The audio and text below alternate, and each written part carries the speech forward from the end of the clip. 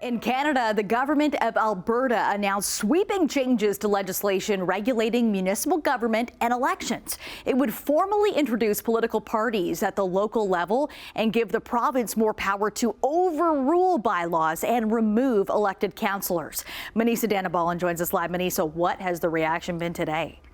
Nicole, Alberta's Minister of Municipal Affairs says the changes are meant to improve accountability and trust in elections, but that message doesn't seem to resonate with many who think it threatens local democracy. Through this legislation, we are ensuring the locally elected officials and councils are accountable to the Albertans who elect them and make decisions that are clearly in Alberta's interest and reflect the transparency and fairness that the citizens of Alberta deserve. Bill 20, the Municipal Affairs Statutes Amendment Act, was introduced in the Alberta legislature yesterday. It includes more than 24 amendments to the Local Authorities Election Act and the Municipal Government Act. If passed, the bill would make quite a few changes. But what many people are talking about today is how much power the provincial government would gain. Potentially putting so much authority that municipal councils have in the hands of the provincial cabinet. It would allow the province to remove elected councillors if it's seen to be in the public interest. But a councillor can appeal the decision through the courts. The Minister of Municipal Affairs says it would be rarely used, and if it was, the provincial cabinet would have to provide a very good explanation. And Edmonton councillors calling it an assault on local democracy. So let's say the next provincial election, the NDP get in, and you happen to be a councillor in a very conservative village. Would you feel comfortable speaking up against the provincial government if you felt that they could just remove you at will? Would that stifle the ability for somebody to actually represent the people that they were elected by?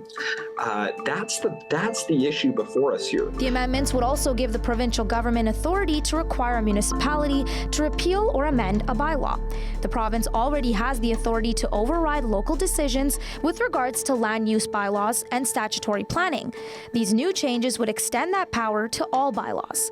Alberta's NDP critic for justice says Bill 20 is a power grab. Through this bill, Danielle Smith is setting a totalitarian regime for herself. She wants to have control on everything. She wants to set up a new police force. She wants to take Alberta out of Canada pension plan. The changes would also allow local political parties to appear on the ballot, but that would be piloted in Edmonton and Calgary first, starting next year. Under the new rules, local political parties can't have a direct connection with existing provincial or federal ones, so the United Conservative Party and the NDP are off the table. Polls of municipal leaders and Albertans have shown that upwards of 70% of people are against having local political parties.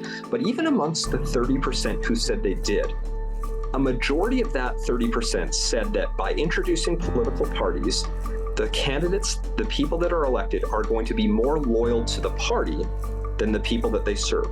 So even people who like this idea know that's what's going to happen. Among other changes, vote counting machines would be prohibited and elections could be postponed due to emergencies such as wildfires. These changes will come into force immediately upon the bill receiving royal assent. The next municipal election in the province is expected to take place in 2025.